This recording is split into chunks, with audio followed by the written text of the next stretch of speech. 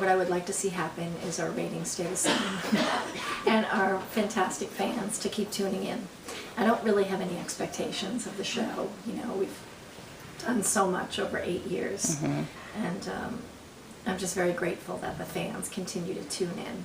I mean, what I love is that a lot of people come up to me and say, I just started watching, you know, which is amazing. But, you know, the show has been an interesting journey for me. I think the most rewarding thing about the show is how many people it touches, and specifically how many sick children I've gotten the opportunity to meet through the show. How many kids lay in hospital beds and watch the show to pass the time with their parents and their families.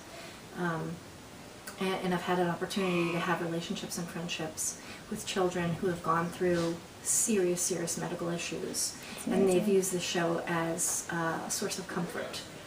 And that's been extremely profound in my life. So the show has a much deeper meaning for me than just the storylines. How long does it take to build a house these days? I have no idea.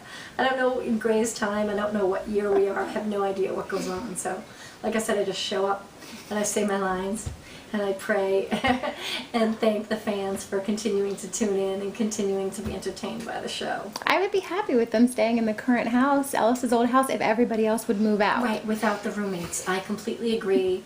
I just did another interview and I said I'm a little old for the roommates. I mean, let's not kid ourselves here.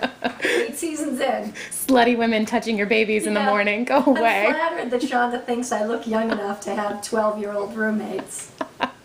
But I do have mirrors in my house. I love it. I feel like the greatest thing that could ever have happened to Meredith and Derek in their relationship is Zola. How much fun has it been to actually get to play a mom on TV? People love those babies. Those babies are adorable, aren't they? So, just the cheeks. Yeah, they're adorable, and their mom, Tanzania, is amazing.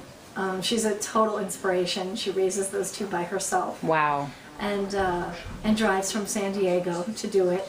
You're kidding. Yeah, so it's been a real blessing to get to know her and see her parenting skills, and she's really inspiring. How does TV mom Meredith compare to real life mom Ellen?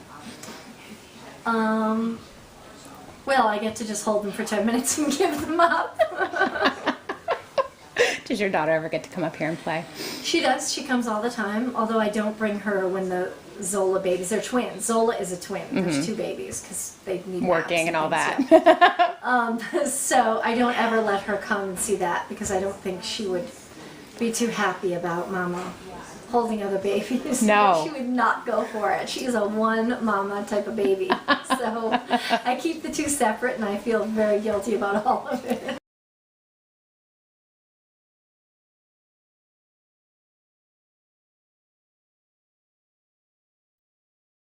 Obviously, you are a huge part of Christina's life, and sort of you guys help each other through a lot.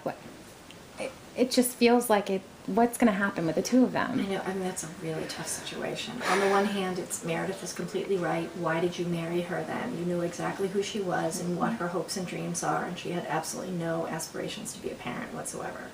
So why did you marry her? On the other hand, Christina is an adult with a career.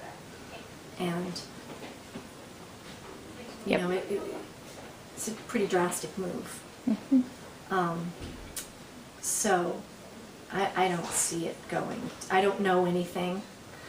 I'm not saying this because I know what's happening, but I don't see a good end. No. I don't see how a couple could recover. Realistically, I don't see how a couple could recover from something so damaging. But this is Grey's Anatomy, and anything can happen. We're not necessarily always in reality here, so who knows what'll happen. Who knows? Yeah.